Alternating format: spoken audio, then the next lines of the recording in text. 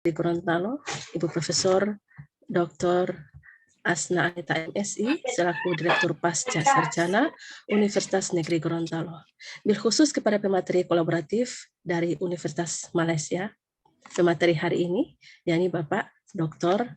Muhammad Nazri bin Abdul Rahman sebagai pengurus pendidikan Dekan Fakultas Pendidikan Universitas Malaysia. Yang terhormat Bapak Ibu peserta kuliah kolaboratif pada hari ini.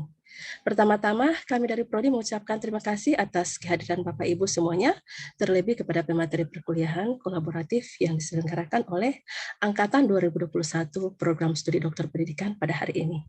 Yang ini adalah output pada mata kuliah TOL, Training Observation Learning. Kuliah kolaboratif ini diikuti oleh mahasiswa angkatan 2021 sebanyak 10 orang pada program studi dokter pendidikan dan prodi pendidikan dari Universitas Malaysia. Adapun tema kuliah kolaboratif pada pendidikan di era Society 5.0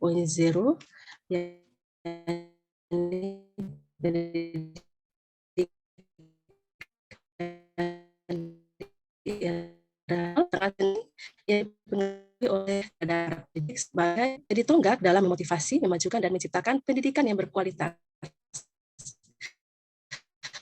untuk pesertanya yang melalui peningkatan layanan dan akses pendidikan, mulai dari jenjang dasar bahkan sampai perguruan tinggi. Salah satunya adalah upaya implementasi dan aplikasi pelaksanaan prosedur pendidikan, baik dalam pemenuhan maupun perbaikan dalam pelaksanaan pendidikan. Para guru dan dosen harus mampu menjalankan perannya sebagai pendidik, sebab dapat memotivasi dirinya terlebih dahulu ya Bapak Ibu untuk bekal menguasai nilai-nilai peran karakter yang baik. Itu selaku pendidik sebelum mengimplementasikan. Juga pendidik harus mampu menghadapi tantangan dan solusi di era 5.0. Setelah itu para pendidik dapat mentransferkan kepada siswa atau mahasiswa sehingga lembaga tersebut dapat menghasilkan peserta didik ataupun SDM unggul yang dapat beradaptasi dan tangguh di era Society 5.0. Mengingat para peserta didik harus diimbangi oleh pemantapan karakter, di mana penguatan nilai karakter ini dapat dilakukan juga melalui kegiatan akademik dan non-akademik. Pendidik dalam menghadapi era Society 5.0 ini dibutuhkan kemampuan 6 literasi dasar, yakni literasi numerasi, literasi sains, literasi informasi, literasi finansial, literasi budaya, dan kewarganegaraan. Tidak hanya literasi dasar, namun juga pendidik harus memiliki kompetensi lainnya, yaitu kompetensi berpikir kritis, bernalar, kreatif, berkomunikasi, kolaboratif, serta memiliki kemampuan problem solving, dan yang terpenting memiliki perilaku karakteristik baik yang menghasilkan lulusan yang mencerminkan nilai-nilai kebutuhan pribadi, seperti rasa ingin tahu, inisiatif, kegigihan, mudah beradaptasi, memiliki jiwa kepemimpinan, memiliki kepedulian sosial dan budaya. Nah, berdasarkan Undang-Undang Republik Indonesia Nomor 14 Tahun 2008, kompetensi pendidik meliputi kompetensi kepribadian, kompetensi pedagogik, kompetensi sosial, kompetensi profesional. Berdasarkan kompetensi ini, maka orientasi ini pendidik harus dapat mentransfer kepada siswa ataupun mahasiswa yang harus menguasai 4C, kreatif, kritik, communication, dan collaboration. Sehingga dengan demikian diharapkan pendidik mendidik, menginspirasi, serta menjadi suri teladan. Maka dalam menghadapi berbagai tantangan dan perubahan di masa depan, para pendidik di era Society 5.0 semuanya harus siap, terlebih para pendidik. Maka untuk menguasai berbagai bidang teknologi, komunikasi, dan informasi, ini menjadi wilayahnya di era Society 5.0. Kuncinya adalah para pendidik harus dapat membangun talenta digital dan meningkatkan literasi pendidikan yang dibarengi oleh penanaman karakter. Maka peran pendidik profesional era Society 5.0 harus menemukan nilai karakter, yakni yang pertama menjadi problem solving, yakni bisa menyelesaikan berbagai tantangan dan permasalahan sosial dengan memanfaatkan berbagai informasi menjadi suatu yang bagian dari inovatif. Kemudian yang berikutnya, dimulai dari 4.0, pendidik harus menjadi sebagai fasilitator, memfasilitasi pembelajaran. Maka fokus pembelajaran ada pada siswa atau mahasiswa, yakni kemandirian mahasiswa yang harus aktif mencari solusi, mendapatkan informasi dari berbagai sumber, buku, dan lainnya. Kemudian jadi tutor sebaya bagi temannya. Yang berikutnya, pendidik juga harus mampu memiliki kecakapan, memiliki kemampuan leadership, dan juga digital library, communication, emotional intelligence, entrepreneurship, global citizenship, team working, dan problem solving. Makanya, tenaga pendidik di abad Society 5.0 ini menjadi penginspirasi untuk semuanya. Berdasarkan hal ini, maka kami mempertanyakan, apakah peran guru dapat digantikan oleh teknologi? Namun ada peran guru yang tidak dapat tergantikan oleh teknologi. Di antaranya interaksi secara langsung di kelas, ikatan emosional guru dan siswa, penanaman karakter dan modeling teladan guru.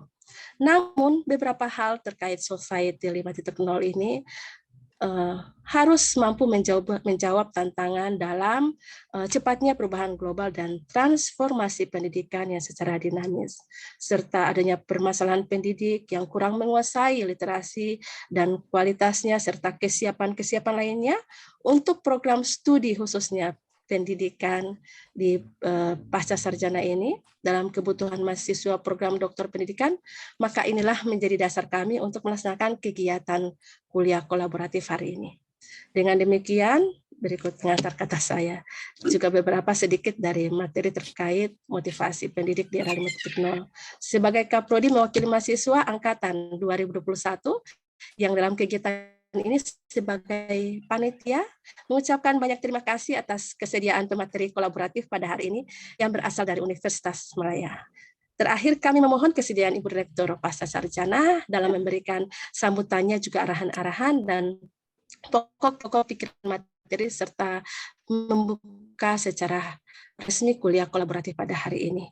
Demikian Bapak Ibu, billahi taufik wal hidayah. Wallahu muwaffiq ila aqwamit thoriq. Wassalamualaikum warahmatullahi wabarakatuh. Terima kasih Bapak Ibu. Waalaikumsalam warahmatullahi wabarakatuh.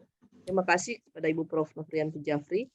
Selanjutnya kita masuk pada kedua, yaitu sambutan dari Ibu Direktur Pasca Sarjana sekaligus membuka kegiatan kuliah kolaboratif hari ini dengan resmi.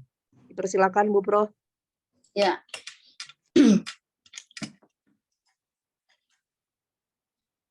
Terima kasih. Bismillahirrahmanirrahim. Assalamualaikum warahmatullahi wabarakatuh. Yang saya hormati narasumber dari Universitas. Terima kasih ucapan dari kami. Saya sebagai Direktur Pasca Sarjana dan teman-teman mahasiswa Ketua Program Studi mengucapkan banyak terima kasih atas kesediaan Pak Doktor sebagai narasumber atau melakukan kuliah kolaborasi dengan Universitas Negeri Gorontalo. Sebagai hamba Allah, marilah kita sama-sama memanjatkan puji syukur kehadirat Allah Subhanahu wa Ta'ala. Alhamdulillah pada pagi hari ini kita dapat melaksanakan silaturahim yang berhubungan dengan kuliah kolaboratif. Yang berikut, terima kasih sekali lagi kami mengucapkan banyak terima kasih atas kesediaan Pak Dor dari Universitas Malaya yang telah membantu kami untuk melakukan kerjasama terutama dalam proses perkuliahan antara Fakultas Ilmu Pendidikan yang ada di Malaysia, Universitas of Malaya, dan kami di Universitas Negeri Gorontalo. Sebagai yang telah disampaikan oleh Ketua Program Studi bahwa di era sekarang ini kita sudah menghadapi pendidikan di era Society 5.0. Oleh karena itu kita harus memanfaatkan teknologi, apakah itu menjadi solusi untuk sebuah masalah atau sesuatu yang bermanfaat bagi mahasiswa. Artinya kami yang ada di Gorontalo bisa berkolaborasi dengan yang ada di Malaysia, terutama dalam hubungan peningkatan kualitas pendidikan yang ada di Universitas Negeri Gorontalo. Ya, di era 5.0 ini sektor pendidikan sangat penting untuk peningkatan kualitas SDM. Jadi sebagai dosen maupun guru harus siap menghadapi Society 5.0 untuk menjawab revolusi dari 4.0 ya. Jadi ini yang diharapkan dengan melakukan kolaborasi ini, diharapkan apa yang ada di Universitas Malaya itu bisa di-share ke kami sebagai daerah yang terjauh dari pusat pemerintahan, yakni DKI Jakarta. Jadi inilah fungsinya atau manfaatnya untuk melakukan kolaborasi di era 5.0, karena dimanapun kita berada kita dapat melakukan kerjasama baik dalam kegiatan penelitian, pengabdian masyarakat, bahkan di poin A, yakni pendidikan pengajaran.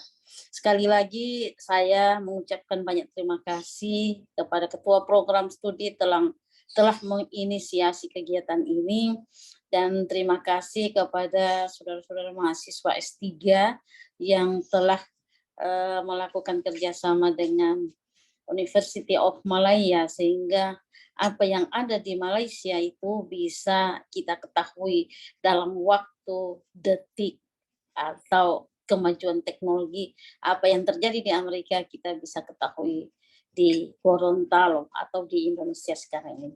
Sekali lagi terima kasih Pak Doktor telah memberi ilmu pengetahuan kepada kami, terutama mahasiswa S3 pendidikan. Insya Allah kolaborasi ini bisa berkelanjutan, dan kami tetap memohon kesediaan dari University of Malaysia bisa selalu share, sehingga apa yang diharapkan terutama peningkatan kualitas SDM yang sekarang ini masih studi bisa meningkat dengan adanya kolaborasi. Segera ini yang bisa saya sampaikan. Terima kasih Prof. Dengan membaca basmalah, Bismillahirrahmanirrahim, kegiatan pada hari ini kita buka dengan resmi. Terima kasih. Assalamualaikum warahmatullahi wabarakatuh. Terima kasih. Waalaikumsalam warahmatullahi wabarakatuh. Sebelum kita lanjut pada acara kuliah, mungkin kita bisa foto bersama. Mohon peserta untuk membuka.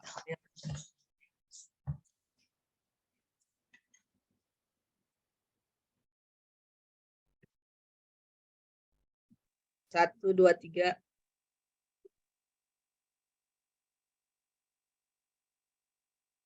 Oke, terima kasih banyak Bu Direktur Prof. Asma Aneta yang sudah membuka acara kita pada hari ini.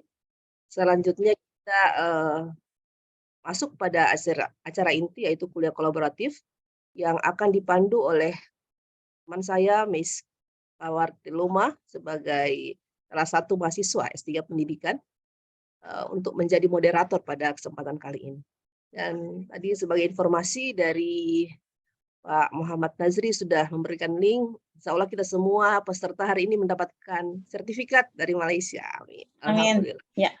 Mohon izin moderator, ya, MC. Ya, silakan. Ya, silakan Prof. Terima kasih ya, Prof. Ya. Assalamualaikum. Terima kasih Prof. Ya. Waalaikumsalam warahmatullahi wabarakatuh. Bu Meis, silakan Bu Meis.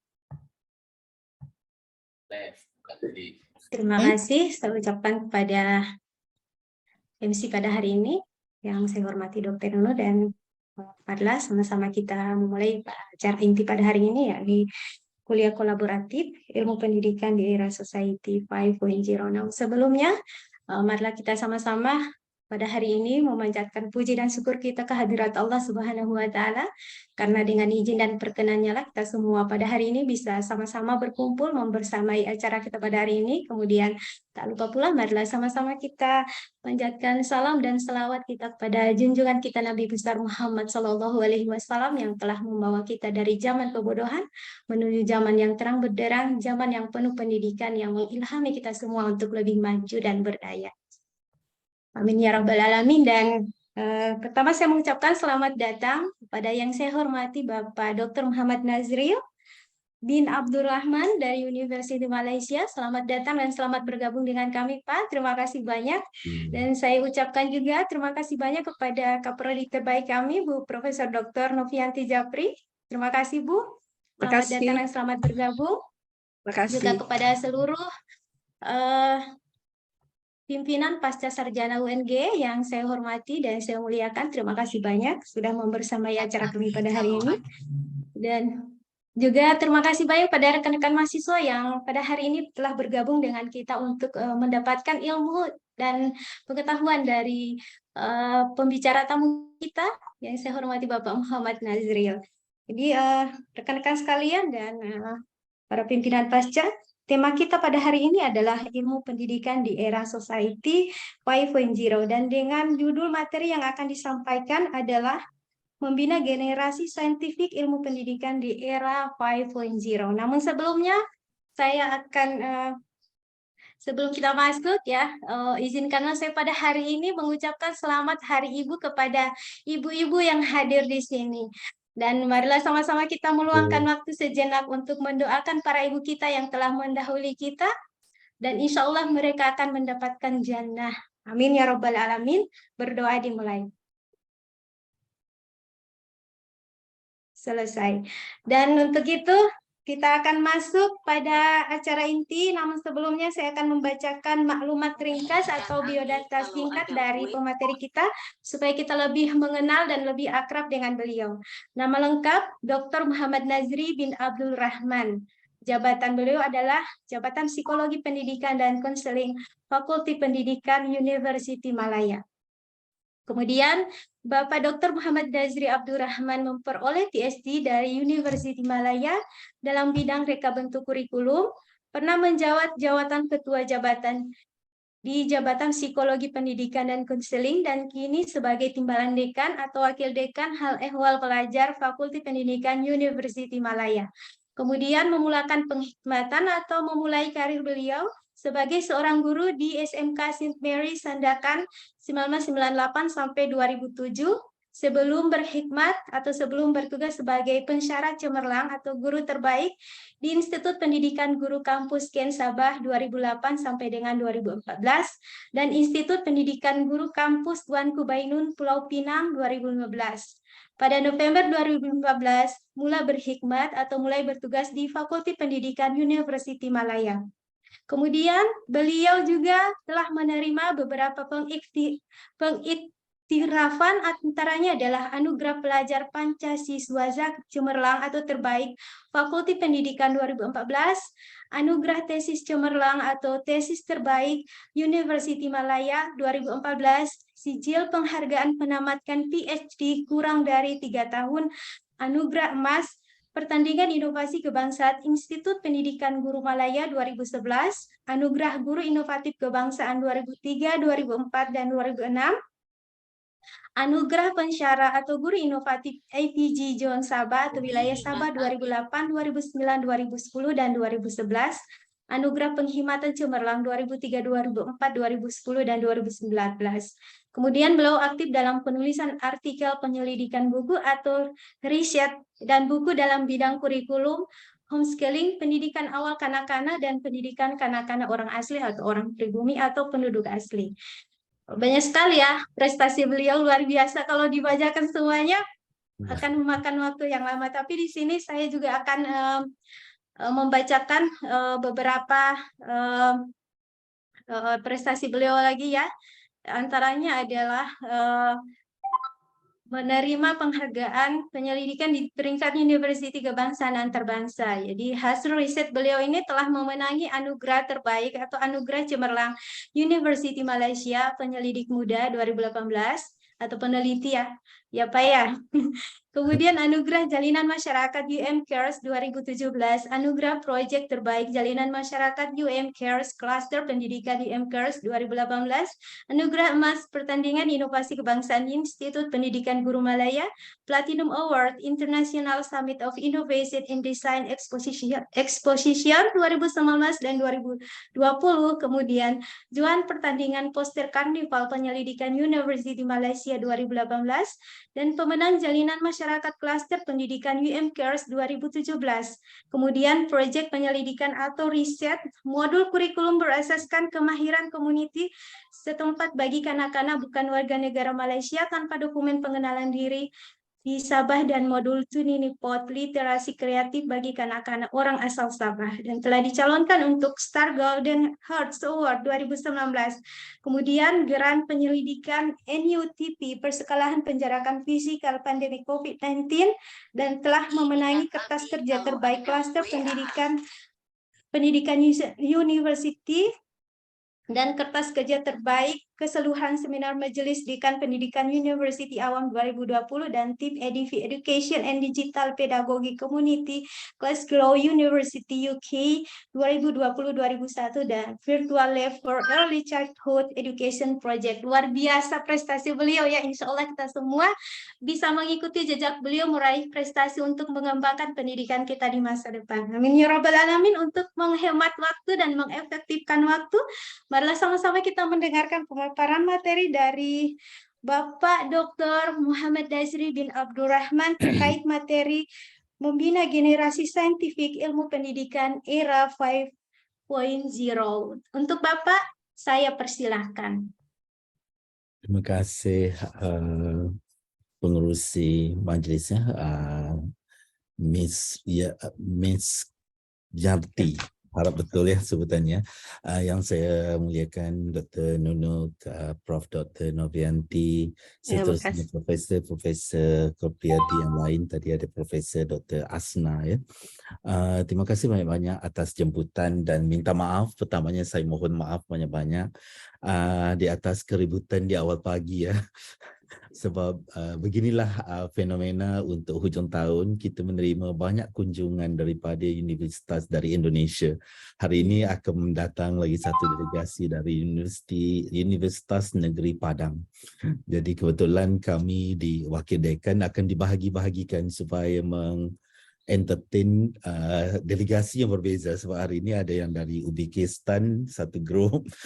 Jadi kita menerima kunjungan kerana ini adalah salah satu daripada bentuk kolaborasi, dan apa yang penting adalah apa yang akan kita ceritakan hari ini atau apa yang akan kita kuliahkan, iaitu berkaitan dengan ilmu pendidikan dalam era Society 5.0 dan pada masa yang sama bagaimana kita membina generasi saintifik, khususnya para guru dan juga dosen-dosen yang kita ada hari ini. Saya mohon jika Dr. Nunuk, saya yang kongsikan slide-nya boleh? Bisa, sudah di-set. Bisa, okey. Ya.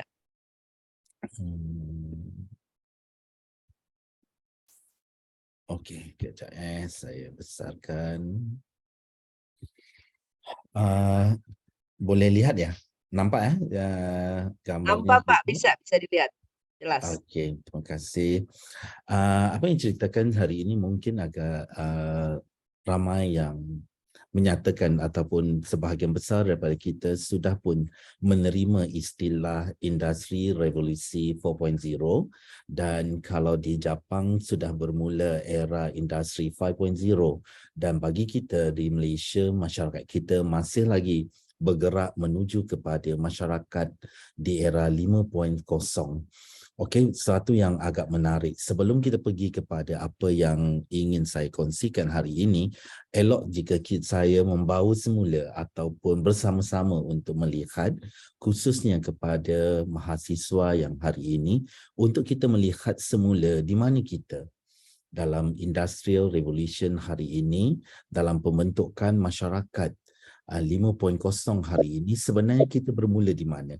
Dan sebagai dosen dan sebagai mahasiswa, di mana kita dilahirkan. Kita perlu lihat di mana kita berada dan di mana kita sebenarnya dilahirkan permulaan kita, kerana gaya tersebut mempengaruhi anak-anak yang kita lahirkan. Kita bermula dengan industri yang kita nyatakan sebagai industri berat, kemudian kita masuk kepada mass production, kemudian kita pergi kepada komputer, di mana dalam tahun 2000 mungkin anak-anak mahasiswa yang ada bersama saya ini lahir pada zaman 2000, iaitu di mana lahirnya generasi touchscreen. Okey, generasi touchscreen ini adalah satu generasi yang mana melihat apa saja akan disentuh skrinnya sama ada bergerak. Ianya mungkin berbeza daripada zaman saya, Nokia 3310 yang mana ianya perlu ditekan satu persatu.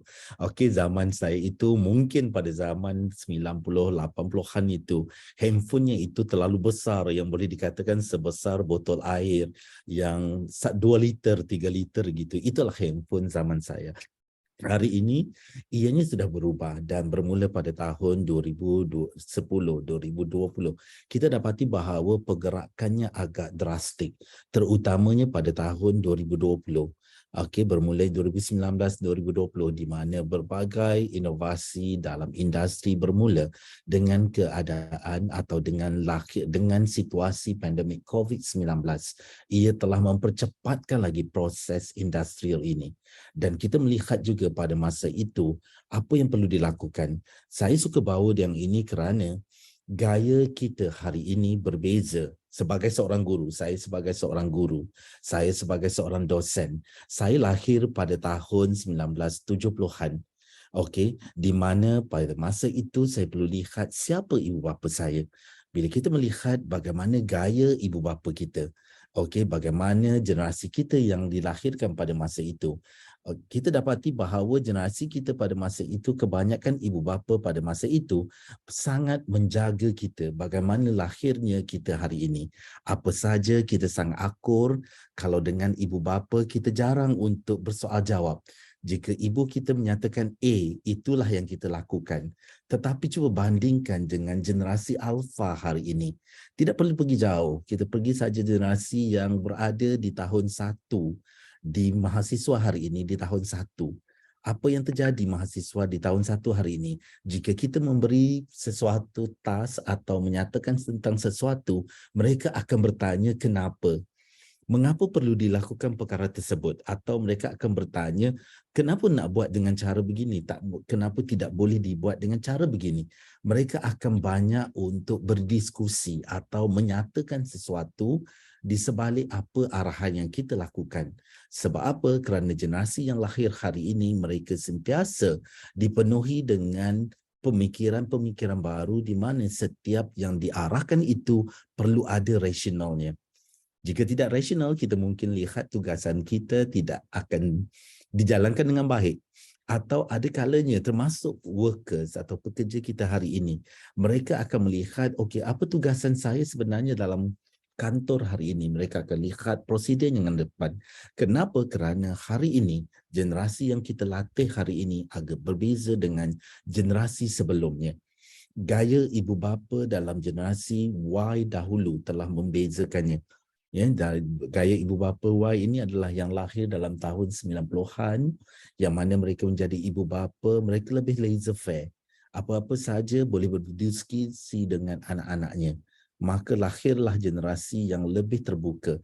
Jadi sebagai seorang guru di sekolah, jika kita masih berpegang kepada cara kita mengajar, skill kita mengajar seperti dulu, seperti guru saya mengajar dalam tahun 80-an, ia akan menyebabkan kita berkontroversi ataupun kita akan mengalami satu tantangan yang hebat daripada mahasiswa. Cara kita dengan cara mahasiswa itu agak beza, jangan sangat besar. Betul tak betul? Atau saya tidak pasti ya, Prof. Novianti. Kalau saya ini, saya rasa memang berbeza. Okey, generasi saya ini jika saya bagi tasknya itu akan ditanya berapa markah yang akan dapat untuk tugasan ini. Kemudian dikata jika tugasan ini tidak ada markah, kenapa saya perlu dibebankan? Dan ini tidak ada dalam SLT saya. Waduh, saya kata mengira betul-betul perincian dalam student learning time yang kita buat itu. Kan kita ada courses kita tu ada student learning time. Dia mengira setiap satu. Kenapa? Kerana dia sudah terbuka. Dan dia sudah mengajar bahawa ini adalah tugasannya. Kenapa nak berlebihan? Jadi dia menjadi satu cabaran dan bagi saya generasi yang dilahirkan, diasuh dan dididik dengan cara terbuka iaitu semangat membantu. Generasi kita lain ya, kalau kita nampak orang lain bersusah, kita dengan cepat untuk membantu. Tetapi generasi hari ini berbeza. Kalau daripada penelitian ya, kalau rajin untuk meneliti, generasi hari ini di bibirnya sahaja yang menyatakan kesian, tetapi selepas itu tidak ditolong, dinyatakan bahawa kamu perlu menghabiskan atau menyelesaikan tugasan kamu sendiri. Tetapi kalau generasi kita, kalau kita dulu bila buat satu projek, kita akan terus membantu. Kita akan merasakan bahawa kawan saya dalam susah, saya sudah selesai kerja saya membantu. Generasi hari ini tidak, itu tugasan kamu. Walaupun assignment yang diberi kerja berkumpulan, dia tidak akan menyelesaikan hanya satu bahagian. Kerana dia menyatakan ini bukan task saya Bapak, ini task dia. Jadi saya tidak mahu buat bahagian ini. Saya kata kalau tidak dihantar akan efek satu kumpulan. Bukan salah saya, tidak boleh buat punishment kepada saya kerana. Jadi beginilah yang menjadi satu persoalan baru dalam masyarakat hari ini. Saya tidak pasti adakah di UNG juga begitu dengan mahasiswanya. Kalau di UM ini sudah begitu. Kita dah ada satu generasi yang mana dia sudah ada suatu kelainan. Inilah generasi alfa, terutamanya yang lahir pada tahun 2000 dan sekarang ini mereka berada di universiti. Kerana apa? Kerana generasi ini dilatih oleh ibu bapa yang generasi Y atau mungkin ibu bapa generasi Z, yang mana mereka ini melatih anak-anak secara terbuka. Berbanding dulu, ibu bapa saya akan menyatakan bahawa buat itu, jika bapa sudah bersuara, tanpa lagi banyak soal kita menurut. Tetapi generasi hari ini, jika bapa bersuara, dia akan bertanya balik kepada bapa, kenapa saya perlu membuat perkara berikut? Ini berbeza. Jadi kerana itulah kita sebagai seorang guru yang bakal menempuh generasi saintifik yang baru hari ini, kita perlu mempertingkatkan kemahiran kita, bukan sahaja dari segi digital literacy, tetapi juga kemahiran pedagogi. Ini bedanya. Maksudnya sebagai seorang dosen, sebagai seorang guru pada masa sekarang dan akan datang, cara kita perlu berubah. Yang pertama, kita juga perlu berubah cara kita berfikir. Cara kita berfikir, kalau dulu kita banyak menyatakan bahawa problem solving, tapi hari ini lebih menekankan kepada creativity dan critical thinking. Contohnya dengan keadaan kolaborasi hari ini. Kita sudah berubah di mana kita sudah berfikir dengan cara yang berbeza. Kita boleh berkolaborasi dalam satu bentuk platform yang terbuka. Kemudian pada masa yang sama juga kita juga perlu berubah daripada cara kita bekerja, way of working. Kalau dulu kita banyak bekerja dengan cara individual, kita ada menekankan kepada teamwork. Sekarang ini bukan persoalan teamwork. Kita lebih menekankan bagaimana kita berkomunikasi dan berkolaborasi. Ini yang kita lakukan. Kerana apa? Kerana kalau kita lihat generasi kita hari ini, saya tak pasti ya, Prof, Bu Nobati, Bu Nuno, saya tak pasti. Kalau perasan anak-anak kecil, saya ada anak kecil ya, yang sentiasa bermain game. Mereka bermain game dalam talian, mereka hanya tekan saja satu link yang diberikan, mereka sudah boleh berkomunikasi secara Google Meet dengan tim yang bermain game yang sama, kawan-kawan. Yang mana dia dah kontrolkan ini kawan-kawan kelasnya. Jadi bila bermain game, macam kita tengah berbicara begini, mereka sebenarnya tengah bermain game. Tapi berkomunikasi dengan menyatakan bahawa, tolong di sana kau jaga di tepi. Yang sebelah sini kata, ya aku di sini. Sedangkan berada dalam platform game. Tetapi mereka sudah berkolaborasi untuk menang sesuatu aktiviti tersebut. Saya kata, aduh, sekarang kamu tengah buat apa? Tengah Google Meet. Saya ingat study. Tidak, tengah bermain game dalam Google Meet. Guna Google Meet tetapi bermain game platformnya. Jadi saya kata, usianya baru 7 tahun, 8 tahun ya Ibu. Anak saya baru 7 tahun tetapi sudah. Saya kata, kalau tidak dikontrol, bahaya ini. Tetapi itulah cara way of working. Bagaimana cara mereka bekerja hari ini. Dan kita hari ini sudah kena berfikir cara yang berbeza. Iaitu bagaimana kita berkomunikasi dan berkolaborasi. Awas ya ibu-ibu yang ada anak-anak, perlu dipastikan bahawa melihat bersama-sama apa yang mereka bermain di dalam talian. Kerana kadang-kadang di luar pemikiran kita zaman dahulu. Dahulu kalau kita lihat hanya tonton TV-nya aja ya, Bu. Sekarang mereka boleh melakukan pelbagai dalam talian. Dan tools for thinking, tool for working, itu yang mereka gunakan. Teknologi. Okey, malahan saya bertanya kepada anak saya yang berusia 10 tahun jika saya mahu tahu tentang bagaimana menggunakan tools-tools ICT. Dia lebih arif, malahan dia akan bertunjuk begini saja, kenapa nak pergi begitu jauh. Dia kata, kenapa nak susah-susah, sebenarnya begini saja cara yang paling mudah. Kenapa Abah melakukan perkara yang begitu susah? Jadi saya kata, oh ada yang lebih mudah? Ada. Bagaimana mereka memaksimumkan ICT dan bagaimana ICT itu penting. Jadi sebagai seorang guru, masa akan datang, tolong pastikan kita juga penting dari segi tools itu kita menguasai. Mungkin akan sampai masanya, Ibu Nunu, okey, kita mungkin akan sampai satu masa nanti, okey, Ibu Asriyati ya, kita akan sampai nanti satu masa di mana bila kita masuk kelas, kita kena ada satu alat di dalam poket untuk mematikan semua telekomunikasi, wifi dalam kelas kita. Supaya anak-anak kita tidak bisa untuk merakam apa yang kita mengajar, bercakap, kerana kita takut sampai satu masa nanti, video-video ini boleh diviralkan, mereka edit dan mereka viralkan tentang apa yang kita perkatakan. Akan sampai satu tahap tersebut. Jadi mungkin kita perlu ada dalam poket kita itu untuk vacuumkan kelas kita supaya mereka tidak boleh berkomunikasi dengan orang di luar. Nanti semasa kita mengajar ya, Ibu Novianti, ada yang merakam dan telah pun ditonton oleh satu dunia. Mungkin fakta kita itu tidak tepat, ia akan menjadi viral. Awas, inilah anak-anak hari ini. Bagaimana mereka memaksimumkan tools for working. Dan pada masa yang sama juga bagaimana mereka memaksimumkan skill for living in the world. Maksudnya inilah cara mereka berkomunikasi dan inilah cara mereka menjadikan suatu kehidupan baru dalam dunia yang lebih terbuka. Kalau dulu mungkin anak-anak kita agak sukar untuk berbicara dengan masyarakat lain menggunakan facsimile yang menekan saja untuk barcode mengetahui sesuatu. Hari ini berita di Indonesia kalau berlaku saja bencana, automatik dalam masa 5 minit sudah tahu di Malaysia. Betul? Macam sekarang Malaysia tengah banjir di pantai timur. Automatik saja orang di Indonesia boleh mengikuti perkembangannya bagi yang ada keluarga di Malaysia atau di Indonesia. Jadi itulah yang dikatakan bahawa kemuliaan ini perlu dikuasai. Jadi bagaimana? Siapakah kita? Ini yang suka untuk saya melihat.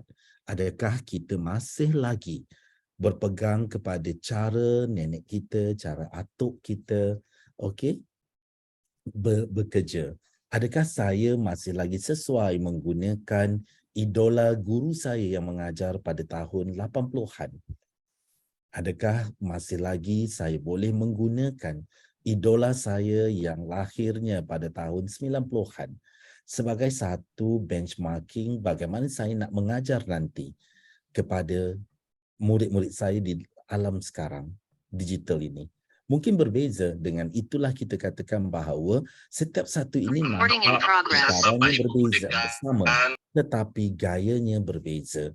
Maka sebagai generasi hari ini, kita perlu memahami, ini yang paling penting yang ingin saya nyatakan. Kita perlu memahami bahawa era lukisan-lukisan Pablo Picasso ini yang dahulunya imajinasi yang kita lakukan secara fizikal telah pun berubah. Ini adalah yang kita lihat awal-awal permulaan industri, awal-awal permulaan masyarakat. Okey, tetapi hari ini, benda ini sudah boleh didigitalkan. Malahan dalam teknologi hari ini, kita hanya melukiskan atau memplotkan saja pergerakan automatik sahaja di-capture oleh teknologi. Okey, maksudnya sekarang ni macam saya tengah bercakap ini, boleh saja secara automatik dikomikkan muka saya. Dijadikan cerita komiknya dan dijadikan dinosaur ataupun berjalan. Paling mudah di handphone saja sudah ada apps tertentu yang boleh sudah mengubah perletakkan tersebut. Jadi itulah cabaran kita. Itulah juga yang kita perlu fikirkan. Ianya berbeza daripada industri-industri yang lahir.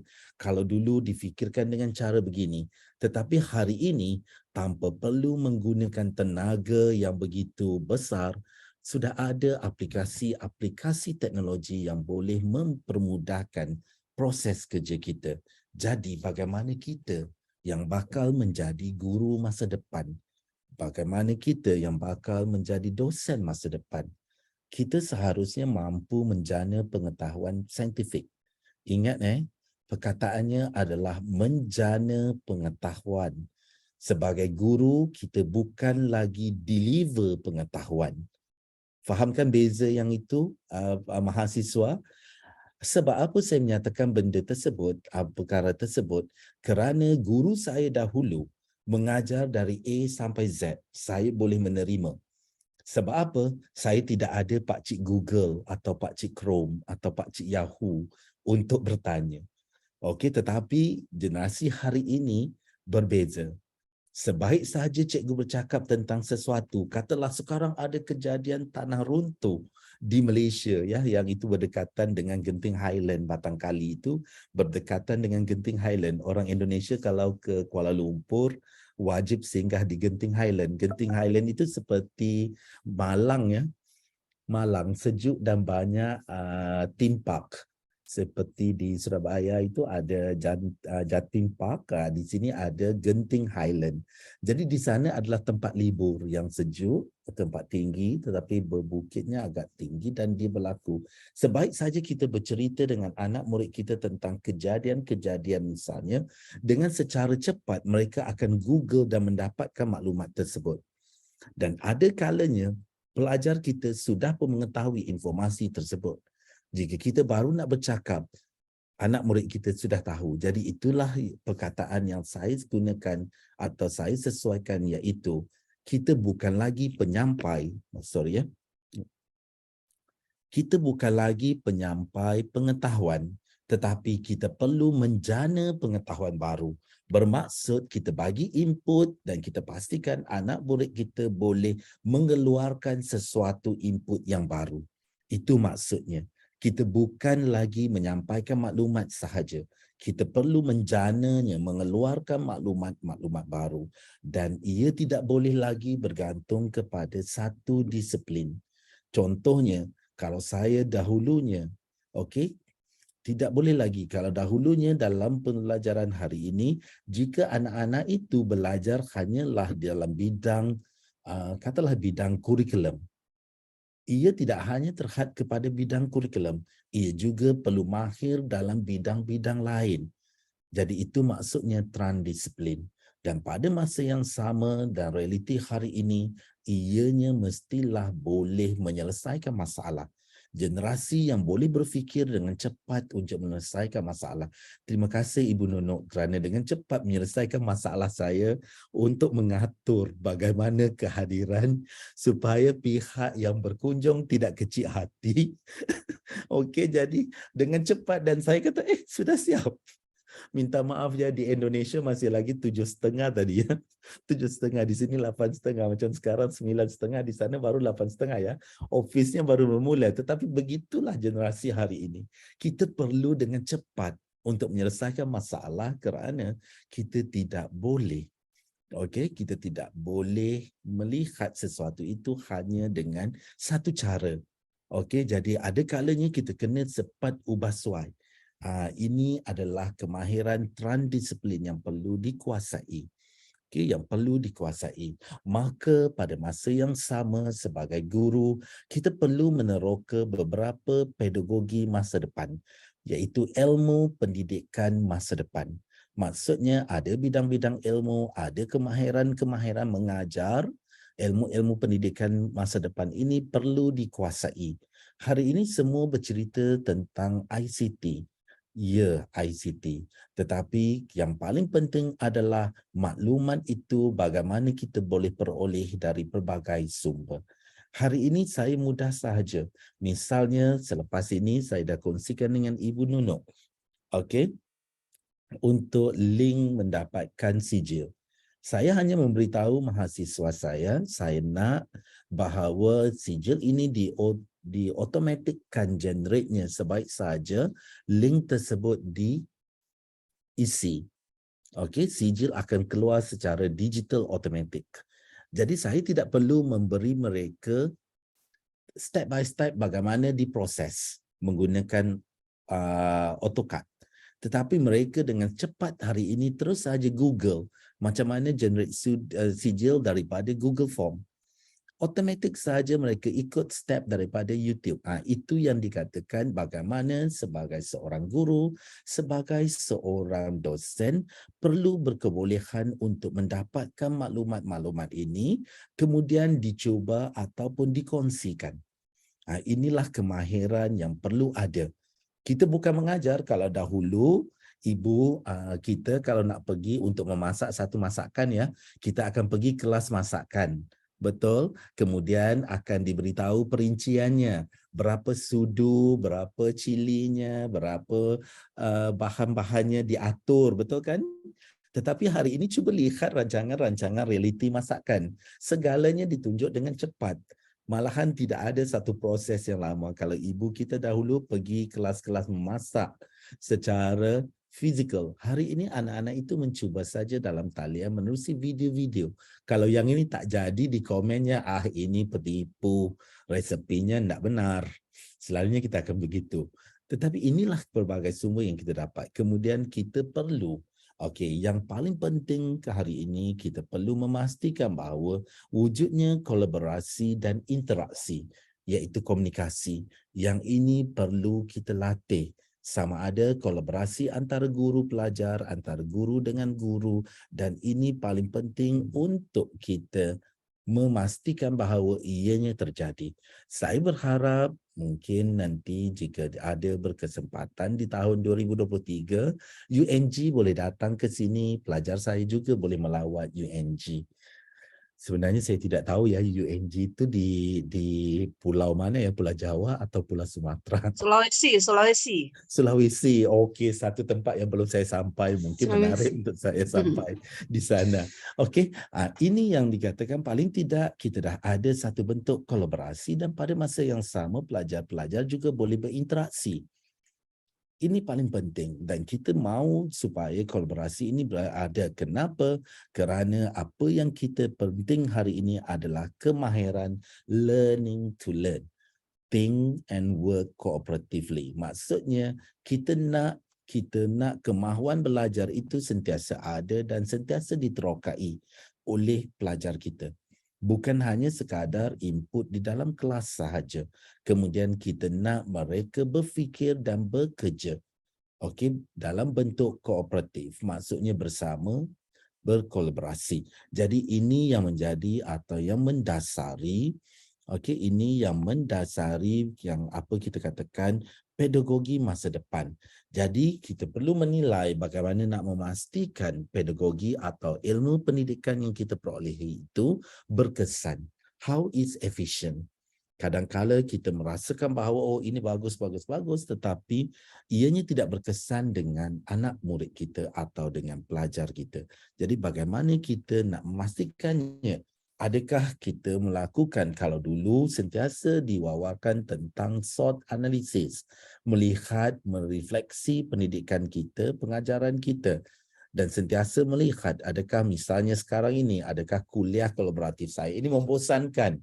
Bercakap satu hala. Sebenarnya kalau sebelum ini biasanya saya menggunakan Padlet, akan berkomunikasi dengan aktif di dalam talian. Seperti anak saya main game dan begitu jugalah yang saya buat semasa kuliah kolaboratif. Cuma hari ini saya minta maaf sebab tidak sempat untuk menyediakan linknya untuk kita berkolaborasi dalam bentuk kuliah sambil berbincang begini terus menjawab dengan aktif. Cuma hari ini insya-Allah kita akan lanjut mungkin nanti dalam kuliah-kuliah lanjut bersama ataupun kita atur mungkin dari sana nada sumber daripada UNG untuk bersama dalam kuliah saya bersama berkongsi sesuatu bidang ataupun bahagian. Dan ini yang saya ingin tekankan. Mengajar itu seni. Itu sebabnya kadang kita melihat seorang guru itu okey, punya cara tersendiri untuk dia mengajar.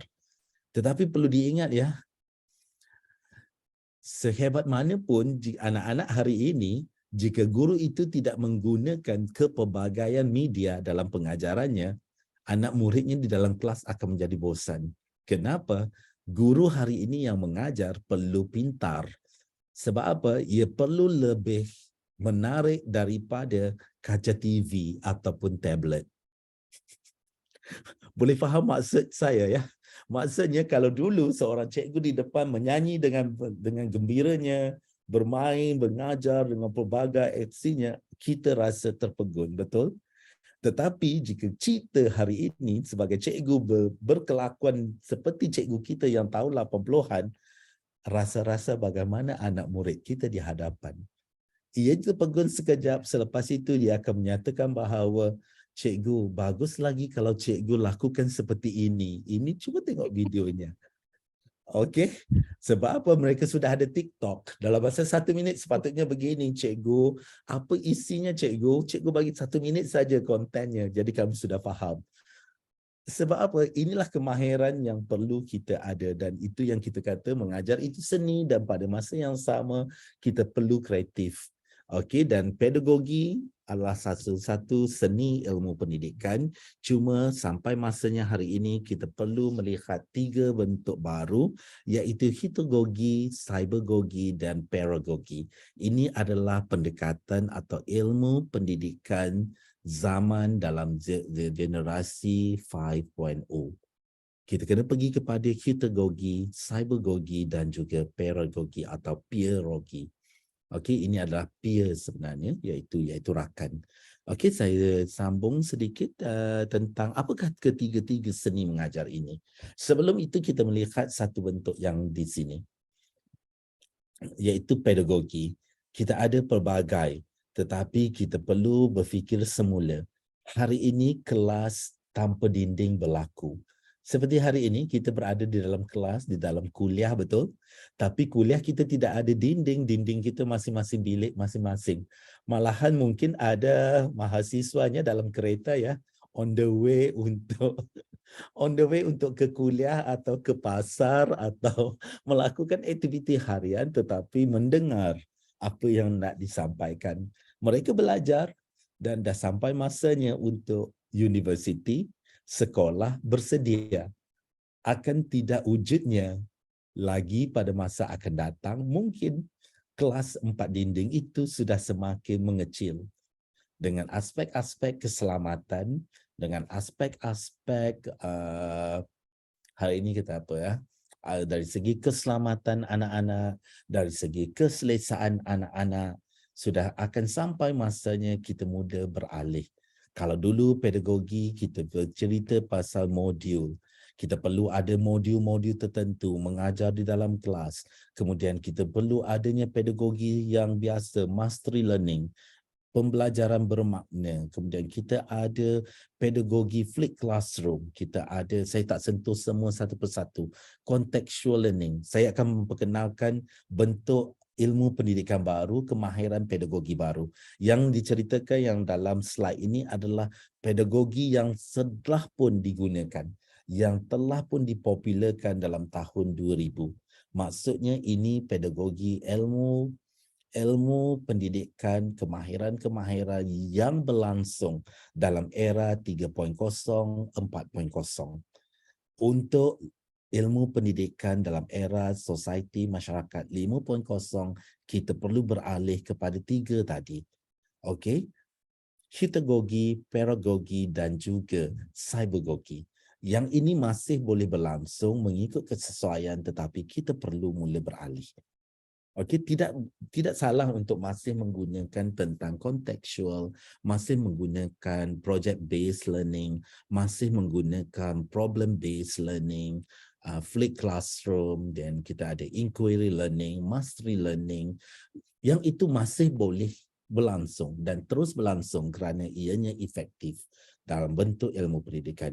Cuma tajuknya hari ini adalah apakah ilmu pendidikan yang perlu diterokai dalam membentuk Society 5.0. Maka saya akan memperkenalkan beberapa bentuk baru.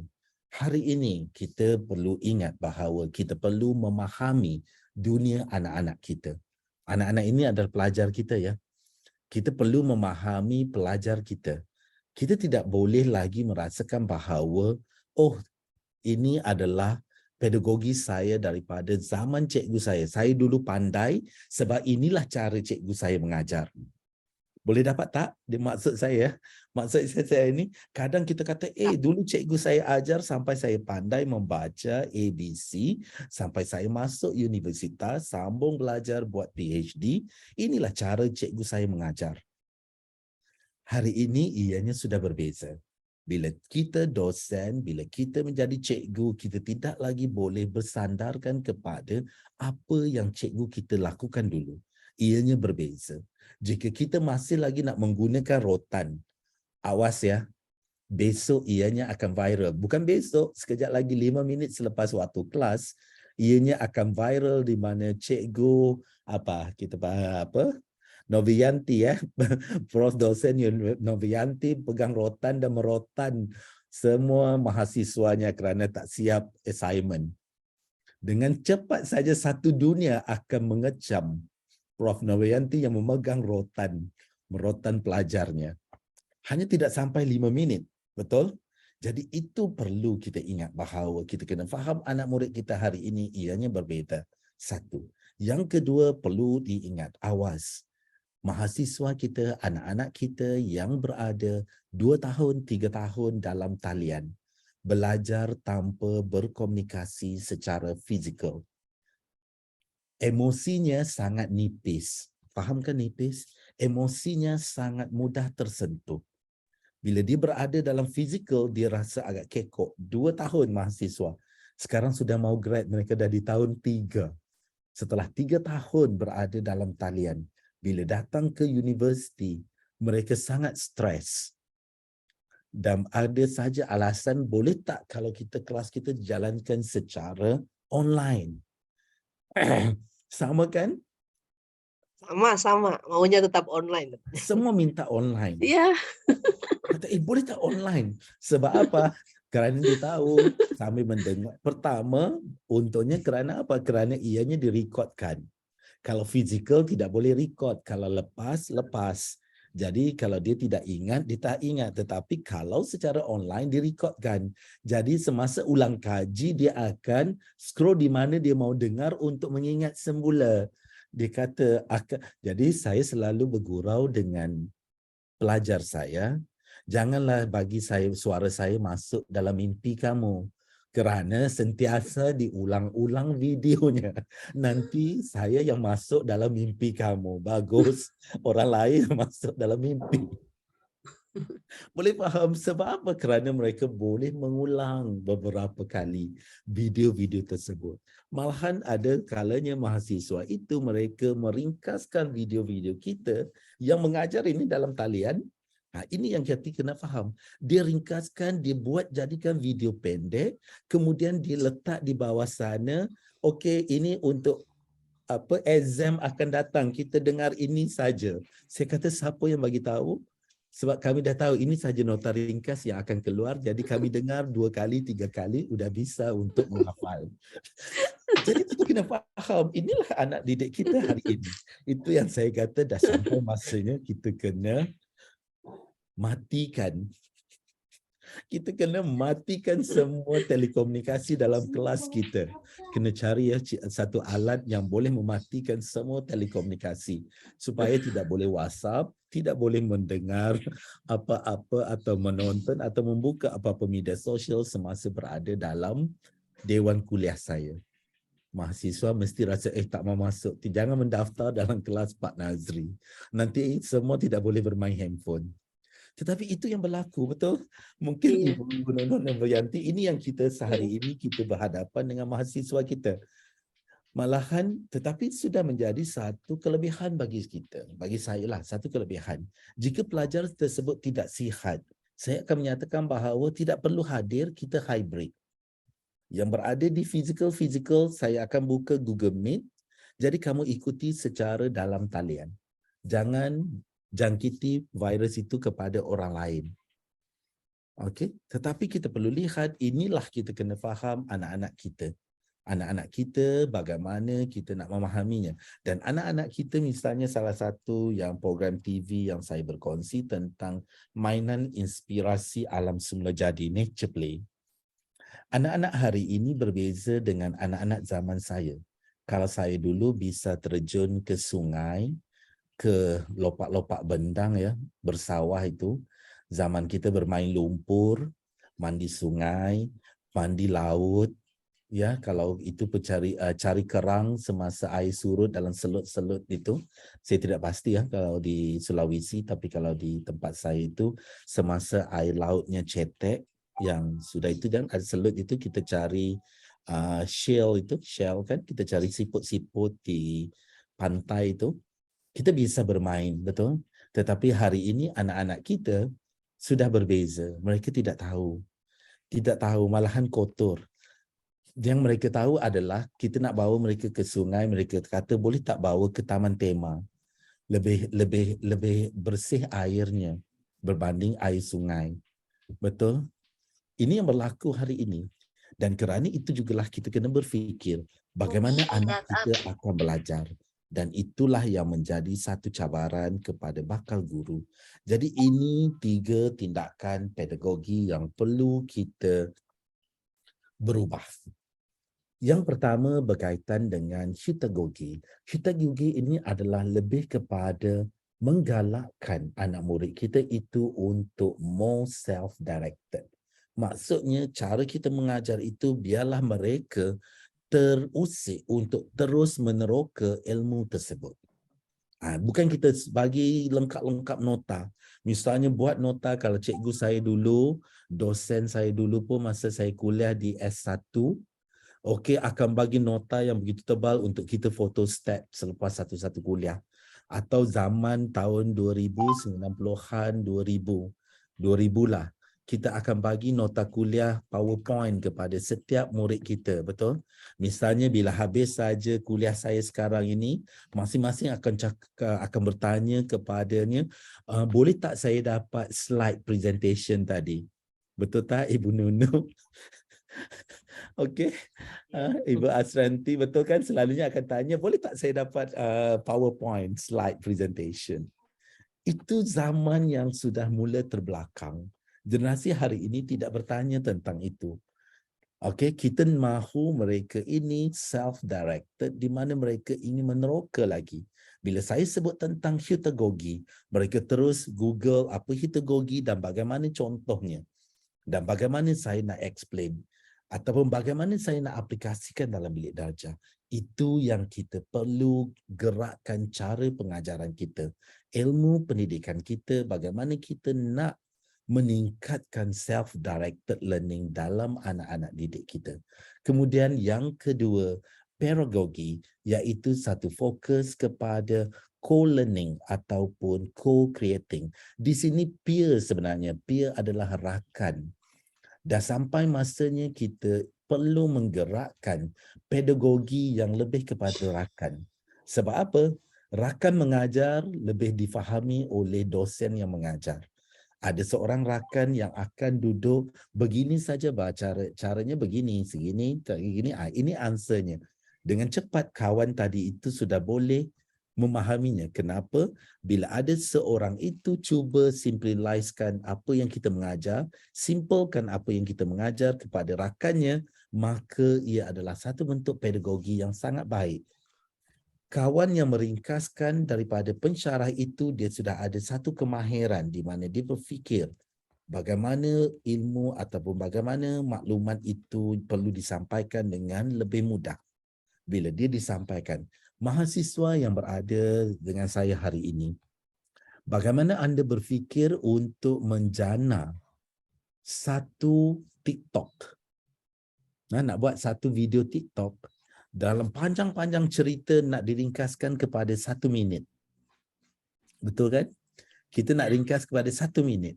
Itu adalah kemahiran di mana dia perlu fikirkan apa kontennya, apa dia punya klimaksnya, apa dia punya kejutannya hanya dalam 1 minit untuk memastikan orang menonton 1 minit tersebut.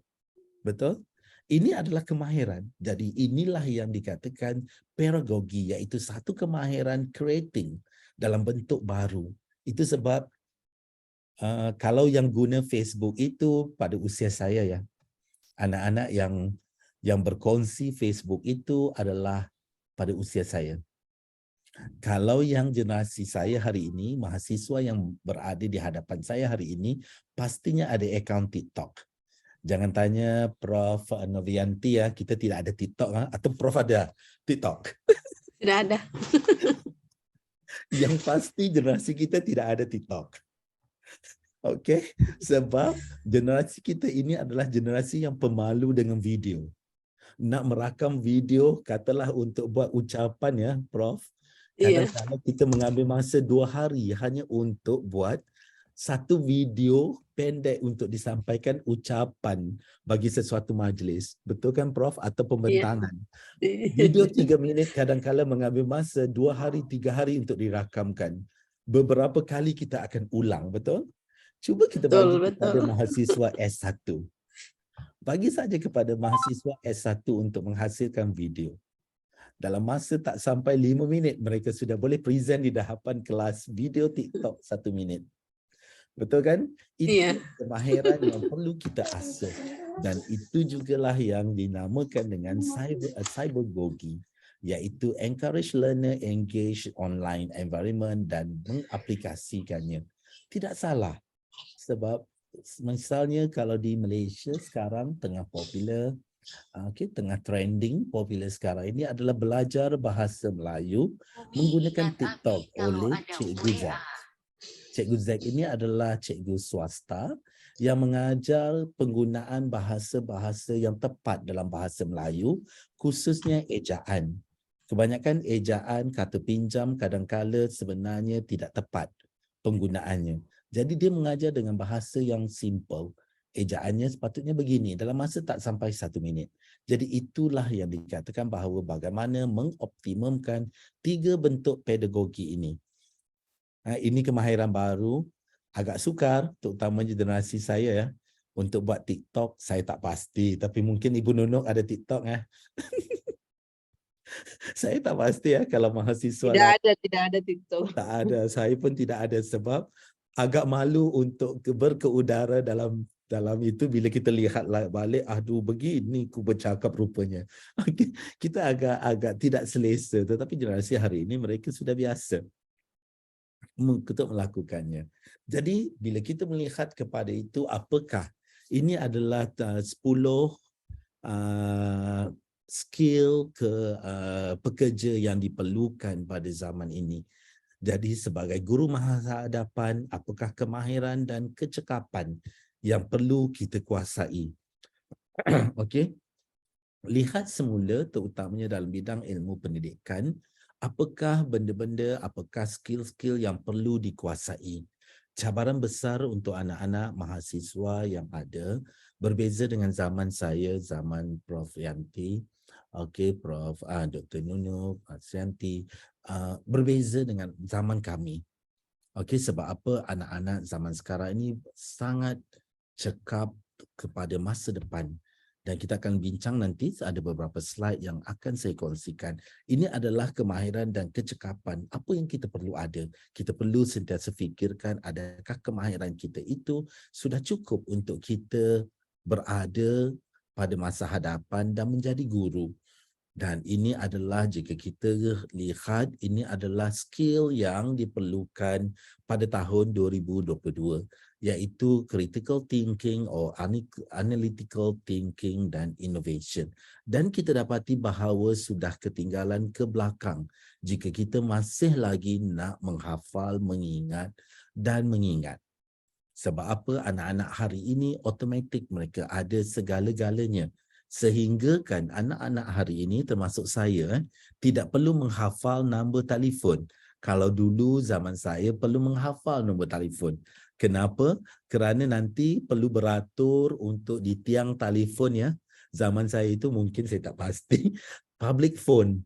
Kan bila public phone kan bila ramai-ramai nak menelefon terpaksa. Ya, terpaksa beratur untuk ingat dan perlu mengingat nombor telefon.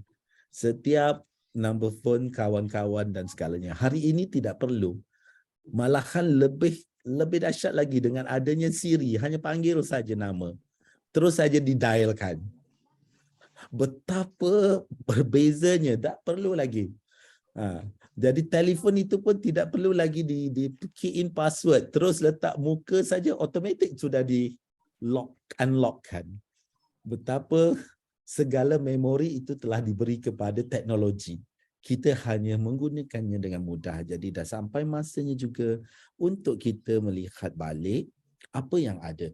Ini yang ingin saya kongsikan. Yang pertama, bentuk pedagogi yang saya rasakan perlu ada, iaitu pedagogi responsif budaya. Dalam keadaan kita berada dalam digital hari ini, budaya itu perlu dikekalkan. Saya suka dengan bentuk pendidikan di Indonesia. Maju macam mana sekalipun, pendidikan budaya menjadi satu teras, betul? Bahasa Sunda tetap ada, bahasa Indonesia wajib. Betul. Kemudian akan ada saya tidak pasti dengan Sulawesi, mungkin saya belum biasa, tetapi yang saya tahu kalau dalam bahasa Sunda diajar tata susila untuk berbicara dengan yang lebih atas, yang lebih tua, gaya bahasanya berbeza dengan golongan anak-anak, dengan rakan-rakan. Betul, diajar budaya tersebut, bagaimana menghormati. Sudah sampai masanya untuk kita melihat semula pedagogi yang berasaskan masyarakat kita diangkat sebagai salah satu bentuk pengajaran yang utuh. Kita kadang-kala mengguna banyak sangat teknologi-teknologi itu sehingga kita melupakan bahawa kita punya satu bentuk pedagogi yang sangat baik. Kalau dulu pedagogi yang saya muda, yang saya tak pasti, kalau ibu saya bercakap nak berjalan ke mana pun boleh, dalam satu hari nak pergi bermain di mana pun boleh, tetapi perlu balik sebelum azan maghrib. Betul tak?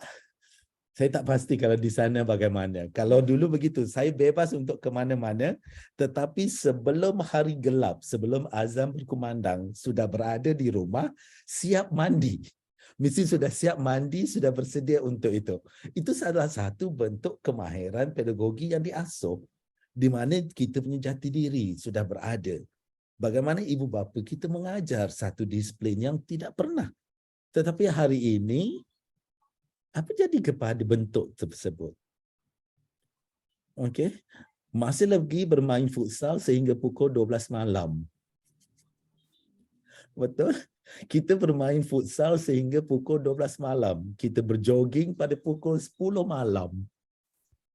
Kita bawa anak-anak kita untuk berada di luar sehingga pukul 1 pagi, 2 pagi. Bagaimana itu menjadi? Lepas itu anak itu pergi ke sekolah atau tidak? Bagaimana? Jadi inilah yang dikatakan salah satu bentuk pedagogi berasaskan local context. Berasaskan kita itu perlu diangkat. Contohnya, bagaimana, kalau saya tak pasti, bagaimana seorang penglipu lara itu begitu bagus bercerita. Tahukah begitu bagus bercerita, mereka boleh berkomunikasi dengan baik. Bagaimana benda ini terjadi? Jadi kita angkat pedagogi tersebut, yang pertama. Yang kedua, kemahiran digital. Kita perlu memastikan bahawa kita mempunyai kemahiran digital. Terutamanya kita perlu meneroka kemahiran-kemahiran baru dalam perspektif digital. Ini perlu diingat bahawa digital literacy perlu dibangunkan. Nak tak nak, mau tidak mau, kita perlu terokainya. Yang kedua, tadi disebut dalam pementeri yang pertama yang berkaitan ini disentuh tentang kemahiran digital dan diberitahu satu persatu. Saya rasa Prof. Ana Prof. Asri menyentuh pementeri ini. Jadi perlu diterokai dengan mendalam dan bagaimana ianya memberi efek. Dan yang ketiga, inilah yang saya cuba untuk tekankan dalam kita membentuk, dalam kita membentuk pedagogi hari ini, kita perlu memberi penekanan. Ini yang perlu 8 komponen utama. Dalam mana kita membuat apa sekalipun, kita perlu melihat kepada bentuk hierarki ini, di mana ini adalah gabungan adaptasi daripada beberapa teori pembelajaran dan pedagogi, iaitu Tyler dan juga Cox, yang mana telah dibangunkan dalam satu bentuk yang paling penting sekali. Seorang guru perlu menguasai topik pengajarannya. Ya, ingat seorang guru perlu menguasai topik pengajarannya. Dan pada masa yang sama, ia perlu juga mengenali pelajarnya. Maka barulah dia pergi kepada yang tengah itu. Ya, dia pergi yang tengah itu kepada hasil pembelajaran. Apa yang nak dicapai. Daripada situlah baru dia bentuk penilaiannya. Daripada situlah dia bentuk bagaimana proses pengajaran nak dilaksanakan. Dan bagaimana sama ada dia memerlukan penggunaan VCD, ICD, buku, modul. Jadi ianya saling bertindak balas, tetapi ia perlu berada dalam 8 komponen ini. Sehebat mana sekalipun, apa sekalipun yang digunakan, sama ada pedagogi, cybergogi, heutagogi, kita perlu memastikan 8 komponen ini diberi perhatian. Walaupun mengajar dalam cyber, dalam talian, kita kena pastikan bahawa apakah bentuk penilaian, apakah teknik yang nak diajar. Perlu kita kenal pasti. Ini antara yang saya usulkan dan ini adalah daripada salah seorang Prof Emeritus yang menggabungkan atau menghasilkan bentuk model ini, iaitu model pedagogi masa depan. Jadi model pedagogi masa depan ini juga telah disesuaikan dengan bentuk-bentuk pedagogi baru tadi. Okey, dan saya suka untuk berkongsi, ini adalah inovasi pendidikan yang sekarang ini berjalan. Dan ianya berlaku, iaitu ODL, Online Direct Learning, Remote Learning, kita ada PR iaitu pengajaran dan pembelajaran di rumah, kita ada Massive Open Learning, kita ada Blended Learning, dan semua universiti hari ini sudah pun mula menawarkan aktiviti-aktiviti pengajaran ini.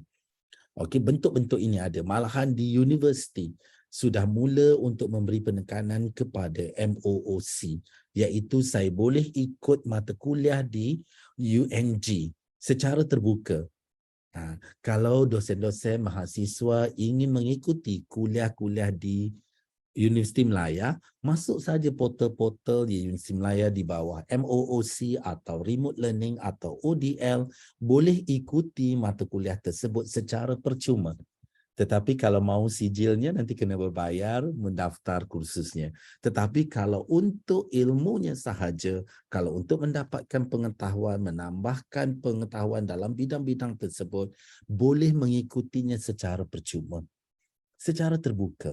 Siapa saja boleh belajar dengan Universiti Melaya, masuk saja kuliah-kuliah yang ditawarkan secara percuma, iaitu gratis. Tidak perlu bayar apa-apa. Tetapi kalau nak enroll, nak sijilnya, nak masuk transkripnya, itu perlu enroll, bayar dan register sebagai pelajar di sini. Tetapi untuk open learning, pembelajaran terbuka, boleh saja ikut mata kuliah. Itulah saya kata cabaran besar untuk pensyarah di Universiti Melaya. Kerana pengajaran anda dirakamkan dan anda akan berada dalam remote learning. Siapa saja boleh mengikuti kuliah kita, kuliah saya, dan pada masa yang sama anda akan memperolehi sijil jika anda membayar. Jadi ini adalah bentuk-bentuk baru. Bukan Universiti Melaya saja, anda berpeluang untuk mengikuti pengajian di Cambridge University, di Harvard University melalui ODL, online learning, remote learning atau massive open online course. Benda-benda ini telah pun mula dipopularkan. Mula dipopularkan, dan pada masa yang sama kita dapati bahawa hari ini kita tidak dapat nafikan bahawa anak-anak kita mula tertarik dengan home-based learning or homeschooling. Kenapa ini berlaku? Kerana adanya yang tadi, iaitu adanya pembelajaran terbuka tadi. Kerana apa? Kerana ramai yang anak-anak hari ini sudah berbicara. Tadi saya sebut, anak hari ini akan bertanya kenapa dia perlu belajar. Kenapa dia perlu pergi ke sekolah untuk belajar 15 mata pelajaran yang dia perlu kuasai, sedangkan dia hanya nak belajar satu bidang yang dia ingin terokai. Kenapa dia perlu belajar yang lain? Boleh faham? Kenapa nak disiksa dengan 15 mata pelajaran di sekolah? Okey, kena belajar PJ, pendidikan jasmani, berada di padang lari sana sini. Sedangkan dia kata dia balik rumah dia sudah bermain. Dia boleh ke padang bermain dengan kawan. Kenapa nak diajar satu mata pelajaran misalnya? Jadi dia sudah memilih yang itu kerana ada opennya. Dia nak belajar yang ini sahaja, mendalami bidang tersebut sahaja. Ini yang menyebabkan bahawa ianya berlaku. Dan hari ini juga sebahagian besar, saya tak pasti di Indonesia bagaimana.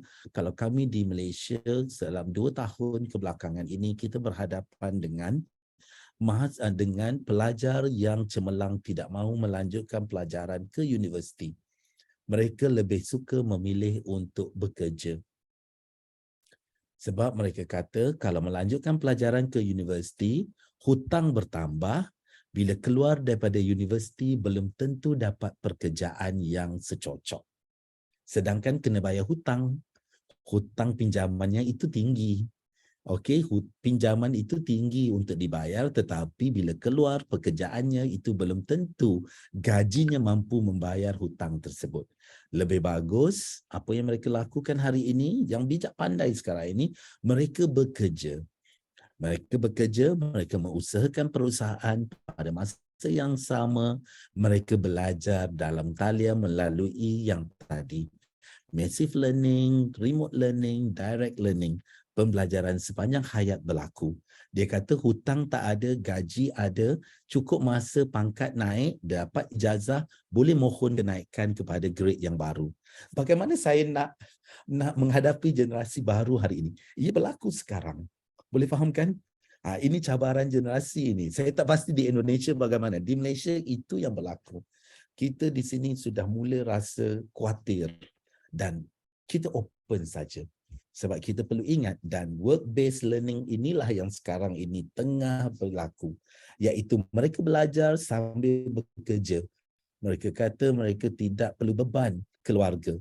Mak bapak tidak perlu untuk memikirkan pengajar mereka. Mereka boleh mengusahakannya. Dan mereka belajar berkaitan dengan bidang yang mereka ingin ceburi. Jadi dia kata tidaklah masuk universiti dengan tahap apa-apa programnya kerana ditawarkan ikut kota yang ada. Bila keluar tidak boleh mendapat pekerjaan, sedangkan kalau dia bekerja dulu dari bawah bidang tersebut, dapatkan mohon masa yang sama dapat ijazah, dia sudah dapat memenuhinya. Jadi inilah yang cabaran. Jadi kita perlu mereka, pengetahuan mereka, ini pelajar-pelajar, penerokaan dunia pelajar. Maksudnya kita kena memahami mereka di mana dan bagaimana nak menjana pengetahuan mereka. Jangan halang kerana hari ini tidak memustahilkan kita bekerja dengan agensi luar negara. Contohnya, isteri saya, dia bekerja di rumah sahaja tetapi syarikatnya adalah di Amerika Syarikat. Tak pernah berjumpa, dia tidak tahu siapa rakan kerjanya, tidak perlu berada di ofis, hanya di rumah dengan anak-anak, tetapi orang sudah tidur pukul 10 malam, dia baru masuk untuk mula bekerja untuk mesyuarat presentation. Satu yang berbeza dan tidak mustahil bahawa dunia ini akan berlaku. Duduk di Indonesia tapi bekerja di Malaysia mungkin akan berlaku kerana inilah yang mula berlaku. Yang penting kerja siap, betul? Kita perlu kerja ini siap, kerja itu siap, dia hantar on time. Lepas tu dia boleh memilih, okey bulan ini dia nak bercuti sebab nanti ni dah mula cuti. Sekarang dia dah bercuti sehingga ke tahun depan. Sebab apa? Di Amerika Syarikat sudah pun hujung tahun mereka dah pun holiday dan semua kerja-kerja sudah pun libur. Saya rasa di Indonesia juga sudah mula libur ya. Sehingga tahun 2023. Saya rasa hari ini hari terakhir kuliah ya. Minggu ni ya. Atau sudah pun bercuti libur. Terima kasih kerana masih lagi setia untuk ikut. Dan ini aspirasi yang penting adalah kita kena memastikan masyarakat itu itu dipenuhi dengan guru yang berpengetahuan tinggi, dan kita perlu untuk memastikan bahawa dunia hari ini adalah VUCA yang kita tidak pasti, yang terlalu kompleks untuk kita fikirkan. Misalnya tadi, tidak mungkin satu hari nanti guru bahasa Indonesia yang mengajarnya di Korea tidak perlu berada di Korea.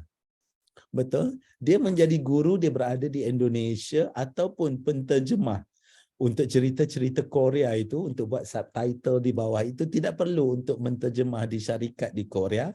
Dia hanya perlu buat daripada rumahnya, coding di bawah itu dan hantar produknya ke Korea. Sudah sampai masanya bagaimana kita boleh bekerja di mana saja, dan itulah cetusan teknologi yang perlu kita fikirkan. Dan saya suka tarik kepada kita yang Islam di sini, yang Muslim, kita telah pun diingatkan sejak zaman Nabi Muhammad SAW lagi, yang menyatakan bahawa ajarilah anak-anak kita sesuai dengan zamannya. Kerana mereka hidup di zaman mereka dan bukan zaman kita. Jadi jangan ajar anak kita nak bermain sungai, kerana zamannya sekarang ini adalah pergi taman tema Jatim Park, yang mana nak mandi sungai pun sudah berbayar ya. Saya tidak pasti di Indonesia. Kalau dulu kita boleh mandi secara gratis kan, pergi saja mana-mana boleh terjun. Sekarang ini sebelum masuk ke sungai itu perlu dibayar. Sudah ada dia punya token kan. Kalau dulu masuk sajalah ke mana-mana tanpa token, sekarang ini perlu dibayar token. Hingga kan sesuatu. Jadi kita perlu ingat bahawa mereka hidup dalam zaman mereka dan bukan zaman kita. Sesungguhnya mereka dicipta untuk zaman mereka, sedangkan kita dicipta untuk zaman kita. Okey, zaman kita dulu dicipta dengan pelbagai itu, dan zaman mereka itulah keseronokan mereka, kegembiraan mereka. Dan kita ajar ikut zaman mereka. Okey, itu sebabnya menjadi guru ini bukan suatu yang mudah, kerana kita perlu berada pada setiap zaman anak murid kita. Betul kan Prof. Novianti? Dulu kita mengajar cara kita lain kan. Bila ada ICT, zaman COVID itu masing-masing belajar komputer kan. Sekarang ini perlu diingat setiap dosen perlu ada kemahiran broadcasting. Kemahiran penyiaran. Macam sekarang Ibu Nono, automatik saja boleh mengendalikan Zoom meeting. Mungkin selepas ini Ibu Nono perlu ingat, daripada Zoom meeting ini perlu buat live ke media sosial. Itu kemahiran yang perlu dipelajari oleh kita hari ini untuk memastikan kelangsungannya. Okey, saya minta maaf mengambil masa sedikit. Mungkin boleh untuk kita buka pada sesi soal jawab. Terima kasih atas jemputan semua.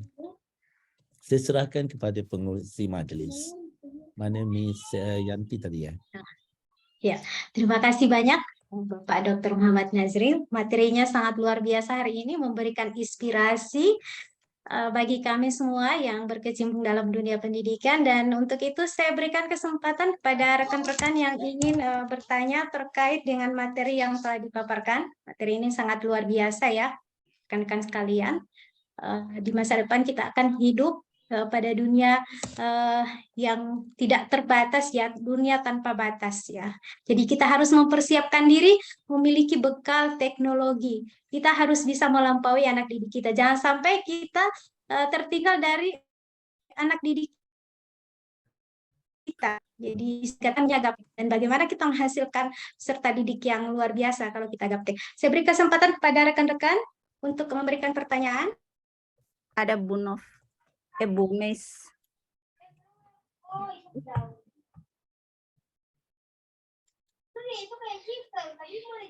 Halo Bu Mes. Aja Bu Mes lagi gangguan sinyal. Silakan Bu Asri. Sinyal perlahan ringan kayaknya. Ya, baik. Teruskan kalau ada soalan. Ya. Terima kasih. Assalamualaikum warahmatullahi wabarakatuh.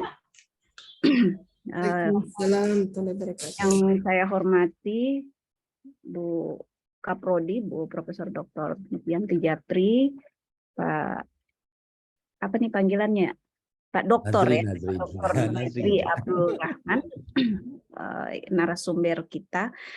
Menarik sekali materi yang disampaikan pada pagi hari ini, walaupun kita mungkin berapa ribuan kilometer jaraknya bisa berada dalam satu ruangan. Kalau kita memang di Indonesia, kalau dibandingkan dengan yang disampaikan Pak Dokter tadi, kita ada namanya kurikulum merdeka ya, merdeka belajar yang kemudian mengcombine tiga aspek tadi, dari aspek pedagogi, tiga aspek pedagogi yang disampaikan tadi, yaitu andragogi dan heptagogi. Nah, yang jadi persoalan sekarang, saya ingin menyimak dan menimba ilmu, karena tadi sudah disampaikan oleh narasumber Pak Najri ini salah satu penyelidik terkait pendidikan kanak-kanak, dan anak-anak ini merupakan salah satu step yang cukup rumit dibanding orang berpikir lebih mudah ngurus anak-anak daripada ngurus orang besar, padahal justru mengurus anak itu yang lebih rumit begitu ya, karena kalau salah urus ya jadinya sampai dewasa salah terus begitu. Beda mungkin sama orang yang sudah dewasa. Nah, dari yang disampaikan tadi, saya ingin ingin mendapatkan tips gitu ya sebagai seorang pensarah. Oh ya, kebetulan Pak Dr. Najri, saya perkenalkan diri dulu. Selain sebagai mahasiswa di UNJ, saya juga pensarah di salah satu university di Gorontalo. Sebenarnya kuliah hari ini bukan cuma diikuti oleh satu kampus, Pak Najri. Ada kurang lebih 5 kampus di Sulawesi. Jadi teman-teman ini ada yang dari Sulawesi Tenggara, Kendari, ada yang dari Sulawesi Utara, ada yang dari Sulawesi Tengah. Jadi bukan cuman UNG saja gitu yang mengikuti perkuliahan Pak Najri ini.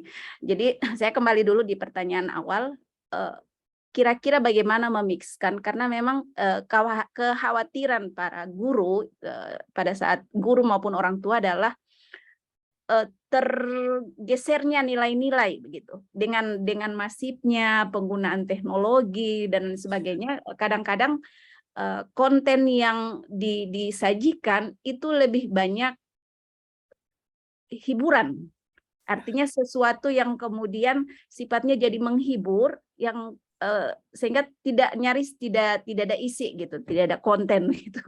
Atau juga misalnya guru itu cuman berpikir, wah yang penting ini online, yang penting ini ada digitalnya, tapi kemudian konten tidak menjadi sesuatu yang utama. Nah, ini mungkin butuh mungkin dari penyelidikannya Pak Najri ataupun juga ada contoh-contoh dari Malaysia yang mungkin bisa menyeimbangkan praktek-praktek ini gitu. Kemudian yang kedua Pak Najri, tadi disampaikan di di pembicaraan Bapak, University Malaya siap melakukan kerjasama dengan teman-teman yang ada dari mana saja, dan saya kira dengan era ketersambungan gitu, saat ini semuanya bisa lewat internet, saya kira peluang itu bisa terbuka. Nah, kira-kira bagaimana kami bisa menyambungkan menyambungkan tali kasih gitu, dengan University Malaysia. Ini kan dengan UNJ begitu. Nah, teman-teman di sini ada, bahkan ada juga dari persyarikatan sekolah Pak Najri, dari Kepala Dinas Pendidikan, jadi sekolahan yang membawahi pendidikan kanak-kanak sampai pendidikan menengah begitu di sini. Dan saya kira keterjalian dalam transfer pengetahuan, apalagi itu secara online, ke depan mungkin kita butuhkan, sehingga kami berharap pengetahuan ataupun kolaborasi seperti ini bisa dilaksanakan. Dan kami bersyukur sebagai mahasiswa Prodi S3 Pendidikan UNG didukung full oleh Ketua Program Studi, sehingga kemudian bisa melaksanakan kegiatan ini. Mungkin itu Ibu Meis dari saya. Terima kasih. Assalamualaikum warahmatullahi wabarakatuh. Terima kasih Bu Asriatina Najamuddin, pertanyaannya sangat luar biasa. Dan kami berikan kesempatan kepada narasumber untuk menjawab pertanyaan dari Bu Asri. Dan insya Allah jawaban beliau bisa memberikan ilmu-ilmu bagi kita semua. Dipersilakan Pak. Itu yang tadi saya bicarakan, yang ini adalah satu cabaran besar, okey, iaitu bila datangnya teknologi, kita dapati bahawa kita sebagai guru, kita kadang-kala kita sudah terlupa dalam keseronokan kita menggunakan teknologi, kita lupa apakah konten sebenar nak disampaikan. Itu sebab tadi dalam model pengajaran tadi, kita perlu mengetahui bahawa guru perlu mahir dalam kontennya. Dosen perlu tahu apakah isi penting yang hendak disampaikan. Dan dia juga perlu tahu apakah pelajarnya.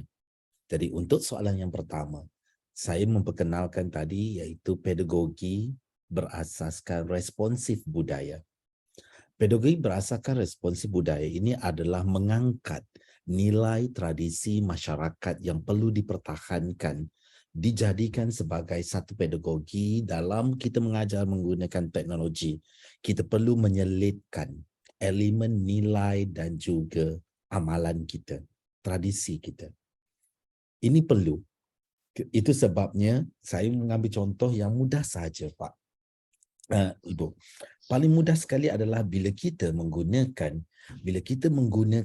teknologi, kenapa harus kita menari K-pop? Kenapa tidak kita menari barong? Ya, barong itu mungkin perlu pakai kostumnya, tetapi tidak. Gerakannya itu kenapa tidak mengikut gerakan barong? Bagaimana pergerakan K-pop itu boleh lahir satu dunia. Satu dunia boleh mengikutinya. Kenapa? Kerana dia memegang kepada nilai tradisi dia. Dia cuba mengangkat muziknya itu diakui. Walaupun tidak faham, lagunya masih lagi enak didengari. Walaupun anak-anak kita tidak faham bahasa Korea itu. Tetapi masih lagi mau makan Koreanya, ramen itu. Betul? Kenapa? Kerana itulah yang dilakukan, di mana dalam pendidikan itu, pedagogi itu diselit dan ianya diperakukan oleh masyarakat kerana kita mengangkat budaya kita. Hari ini apa yang berlaku adalah kita, para guru, para dosen, membelakangkan nilai tersebut.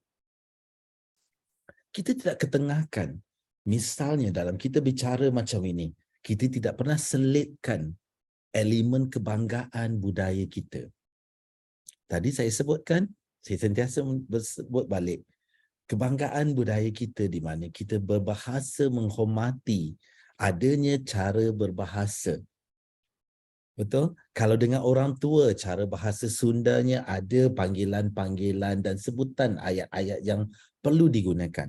Kalau dengan rakan sejawat, ada susu galur bahasanya yang perlu kita gunakan. Jadi guru perlu menggunakan pedagogi responsif budaya. Budaya itu diangkat mengikut masyarakat yang dia ada pada masa itu. Kalau dia berada di Sulawesi Timur, angkatlah budaya Sulawesi Timur itu dalam pedagoginya. Semasa mengajar, selitkan. Bukan diajar secara berasingan. Kita ini ajar secara berasingan. Kita ada mata pelajaran atau mata kuliah budaya masyarakat yang berasing. Kenapa perlu diasingkan sedangkan kehidupan kita itu bersama? Betul kan? Kenapa kita tidak menggunakannya sebagai pedagogi kita? Sudah ni saya mencabar dosen-dosen yang ada di sini. Cuba kita buat satu penelitian, meneliti pedagogi yang digunakan oleh ibu bapa masyarakat Sulawesi mengajar anak-anaknya. Angkatnya sebagai satu bentuk pedagogi unik di Sulawesi. Kita perkenalkan, kenapa kita nak mengikut pedagogi yang diperkenalkan oleh masyarakat barat? Mastery learning, contextual learning. Okey? Kenapa kita tidak menggunakan kita punya pedagogi kita sendiri? Jadi angkat dia satu, buat penelitian, tengok the best practice, apa budaya yang bagus. Misalnya, saya tak pasti kalau di Sabah itu kita ada satu tradisi masyarakat yang bagus dalam mengikat masyarakatnya, iaitu pugal. Di mana dia mengikat masyarakat itu mengikut kerukunan. Kamu tidak boleh membatasi daripada masyarakat tersebut. Kenapa tidak diangkat ianya menjadi satu pedagogi, satu kemahiran pendidikan untuk mendidik? Ingat mak bapak kita bagus mendidik. Kenapa kita tidak angkatnya dalam nilai tersebut? Itu yang pertama. Kemudian yang kedua, tentang kolaborasi. Tidak salah untuk makluman, saya juga dan rakan-rakan di sini juga, kita memberi mata kuliah di mana-mana universiti tanpa perlu hadir. Saya boleh menjemput ibu untuk bersama dalam kuliah saya, bersama pelajar saya untuk satu kuliah 2 jam atau berseminar begini. Ini adalah satu bentuk kolaborasi. Dan saya juga mungkin, misalnya kalau ibu ingin membentuk satu pedagogi responsif budaya masyarakat Sulawesi Timur.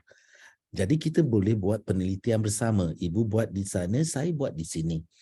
Tentang bagaimana ibu bapa mengasuh mendidik anaknya. Okey, dari segi susun atur, pembelajaran, akademik dan budaya. So kita buatlah penelitian, tidak perlu untuk tunggu grant. Kita buat dahulu, nanti ada rezeki kita gabungkan. Sebab pembelajaran hari ini tanpa batas. Itu yang dikatakan tadi, bagaimana cara kita bekerja bersama. Untuk makluman mungkin UNG terlewat 1 minggu aja ya. Sebenarnya universiti yang datang ke UM apa ini, kita telah pun melaksanakan satu aktivitas bersama, iaitu International Competition of Research, Ideas and Innovation on Teaching and Learning pada tanggal 16 dan 17 Disember. Yang itu kita menggabungkan 10 universitas di Indonesia. Yang mereka hadir, kita bergabung semua, kita buat satu pertandingan just untuk, bukan dosen, yang bertanding adalah pelajar, dosen hanyalah pembimbing. Sebab ini aktiviti kita nak bagi pelajar yang terlibat lah. Pelajar boleh dari S1 sehingga S3. Jadi mereka bergabung dan pada masa yang sama mereka mengeratkan hubungan antara universiti. Maksudnya walaupun saya belajar di Universiti Melaya, pelajar saya di Universiti Melaya sudah ada kawannya di Universiti Malang, sudah ada kawannya di Universiti Padang. Jadi mereka sudah boleh berkolaborasi, boleh melakukan aktiviti berbincang. Jadi itu yang lebih penting sebab ini yang ada. Dan insya-Allah saya rasa Ibu Nunung ada bertanya dengan saya bagaimana prosesnya, akan saya kirimkan prosedur. Prosedur itu hanyalah satu bentuk kalau saya, itu adalah protokol sahaja. Tetapi dari kita yang untuk bekerjasama, automatik boleh saja untuk berkolaborasi. Malahan magang pun sudah boleh untuk dibuat kalau nak lakukan magang dekat Malaysia, mungkin tidak boleh di sekolah awam, government school Malaysia, tetapi saya boleh bantu untuk atur dengan sekolah Indonesia yang berada di Malaysia. Kita ada kolaborasi dengan sekolah Indonesia, jadi kita boleh menghantar. Okey, sebab mereka juga butuh tenaga kerja ataupun rakan-rakan daripada Indonesia untuk membantu mereka, terutamanya paling tidak adanya guru daripada Indonesia yang datang buat khidmat masyarakat dengan sekolah-sekolah Indonesia ini. Jadi anak-anak Indonesia di Malaysia ini paling tidak dapat merasai cerita sebenar di Indonesia. Boleh faham maksud saya? At least adalah rakan Indonesia datang untuk buat aktiviti. Jadi ini yang kita lakukan. Jadi kolaborasi itu boleh kita laksanakan, insya-Allah. Saya harap menjawab soalan ya, Ibu Asrianti. Terima kasih informasinya, Pak Najri. Insya-Allah bisa ditindaklanjuti. Oke, terima kasih banyak Bapak Dr. Muhammad Nazril, jawabannya sangat luar biasa dan saya sangat bersyukur hari ini Bapak mengangkat tentang pedagogi berasas responsif budaya dan ini selaras dengan insya Allah kajian saya untuk disertasi yakni kurikulum berbasis budaya dan kearifan lokal. Insya Allah bisa bertanya lebih lanjut kepada Bapak. Jika ada rekan-rekan yang ingin bertanya lebih lanjut atau apakah Bapak masih memiliki waktu luang untuk melanjutkan ke Sesi pertanyaan berikut, Pak. Padang Kita itu. tamatkan 10.30 ya, sebab pukul 11 ni ada tetamu. Ada tamu, sudah ada Oh, tamu. siap, beli. Pak. Insya Allah.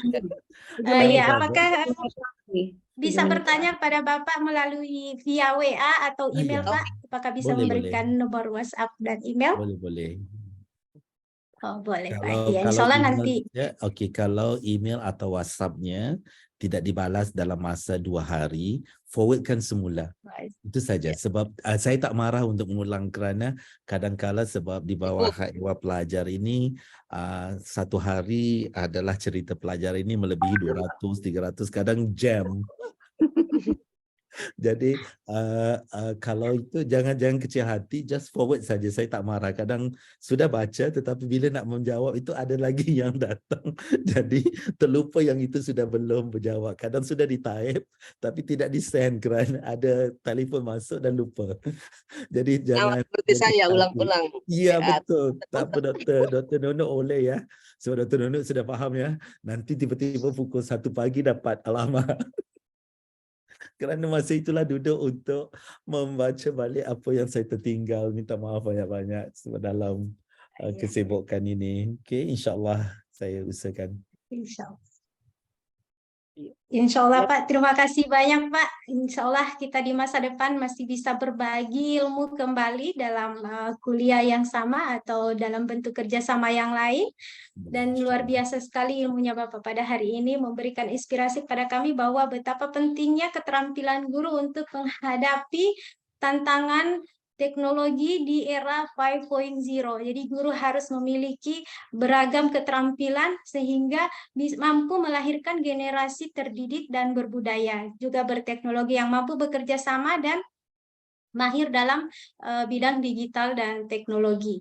Jadi pada rekan-rekan sekalian, terima kasih banyak hingga saat ini masih membersamai kita dan mengingat waktu dari Bapak Dr. Muhammad Nazril saat ini sudah sangat padat dan Bu Mei, sudah harus mengikuti kegiatan lain, ya. Bu Mei, saya kira tinggal 5 menit. Kalau bisa penutup saja Iya. dari Ibu Prodi. Iya. Saya Iya, dan jam 10.30 selesai. Makasih. Iya, siap. Dan untuk saat ini, marilah sama-sama kita menutup diskusi pada hari ini dengan membacakan hamdalah. Alhamdulillahirabbil alamin. Dan untuk selanjutnya saya serahkan kembali kepada Ibu Kaprodi kita, Ibu Profesor Dr. Novianti Zapri untuk menutup acara ini secara resmi. Kepada Ibu Prof, waktu dan tempat saya persilahkan. Baik, terima kasih Ibu Meis yang telah menjadi moderator pada hari ini. Baik, bismillahirrahmanirrahim. Assalamualaikum warahmatullahi wabarakatuh. Yang terhormat Bapak Ibu peserta kuliah kolaboratif pada hari ini, khususnya angkatan 2021, juga sebagai panitia kegiatan kolaboratif hari ini, yang dimana sebagai luaran mata kuliah Training Observation Learning untuk COL, bertepatan dengan di sini kami memperingati Hari Ibu, kami di Indonesia memperingatinya semuanya. Mari doa bersama untuk doa terbaik untuk ibu-ibu kita yang senantiasa menjadi inspirasi pendidikan, juga penerang awal dalam memberikan pendidikan kepada kita dalam lingkungan non-formal sebelum kita masuk pada pendidikan jenjang formal ini. Kami dari Prodi Dokter Pendidikan melalui Ibu Direktur yang permisi ada kegiatan yang sama penting juga di hari ini untuk menghadiri memperingati Hari Ibu, mengucapkan banyak terima kasih atas kesediaan Bapak Muhammad Muhdi Nazri bin Abdurrahman atas kesempatannya pada hari ini memberikan beberapa materi-materi terkait dengan pendidikan di era society 5.0. Kami juga dari Prodi mengucapkan terima kasih atas materi-materi tentang pendidikan di era 5.0 dan ini menjadi awal kerjasama dan juga semoga bisa menjadi kelancaran nanti kami sebagai Prodi dalam implementasi kerjasama untuk program-program kegiatan lainnya di Prodi ini, Pak. Dan melalui materi ini juga semoga beberapa hal bisa diambil intisarinya yang bermanfaat bagi bekal untuk Prodi kami dan khusus kepada output mahasiswa kami yang berada dari berbagai instansi, latar tempat kerja, dan berbagai background pendidikan atau multidisiplinernya. Ini menjadi suatu hal yang sangat penting dalam bagaimana nanti implementasi dan aplikasi ke depan dalam pendidikan. Demikian Bapak, saya sebagai Kaprodi dan mahasiswa juga mengucapkan banyak terima kasih atas kesediaan Bapak Dr. Muhdi Nazir bin Abdul Rahman sebagai pengurus pendidikan ataupun Dekan Fakultas Pendidikan University of Malaya yang telah meluangkan waktu kepada kami untuk prodi khususnya S3 pendidikan ini. Demikian sekali lagi kami mengucapkan banyak-banyak terima kasih dan mengucapkan syukur alhamdulillah. Billahi taufiq wal hidayah. Wallahu muwaffiq ila aqwamit thoriq. Wassalamualaikum warahmatullahi wabarakatuh. Terima Waalaikumsalam. kasih. Waalaikumsalam Dan Bu warahmatullahi Dr. wabarakatuh. Nur. Terima kasih banyak, Pak Nazri. Iya, terima kasih. Terima kasih, Oke, banyak-banyak. Nazri. Sampai jumpa Terima lagi kasih ya. banyak Pak Dokter. Dan Terima semoga kasih, pesannya Mbak. lancar, Pak. Nanti kalau itu ada link untuk sijil inbound Ya, sudah, saya sudah share ke Pajal. teman-teman. Nanti boleh kongsikanlah yang lain. Dan terima kasih, semoga kita dapat bekerjasama lagi. InsyaAllah apa-apa saya hubungi. Oke, mohon terima kasih diri banyak, Pak. banyak-banyak. Oke, Terima sampai kasih jumpa lagi. banyak. Selamat tahun baru, Terima selamat kasih Hari banyak, Pak. Ibu. Ya, Semoga makasih boleh Pak. jemput datang ke Lagi. Universiti Melaya ya. Ya. Insya Allah. Ya. Insyaallah. Oke, Assalamualaikum. Waalaikumsalam warahmatullahi Waalaikumsalam wabarakatuh. warahmatullahi wabarakatuh. Bu Prof, saya end meeting? Atau Mas? Ya. Terima kasih teman-teman semua. Terima kasih Bu Terima kasih Dokter dan Nur. semuanya. Jangan Terima lupa YouTube-nya dan sebagainya. Ya, Prof. Iya.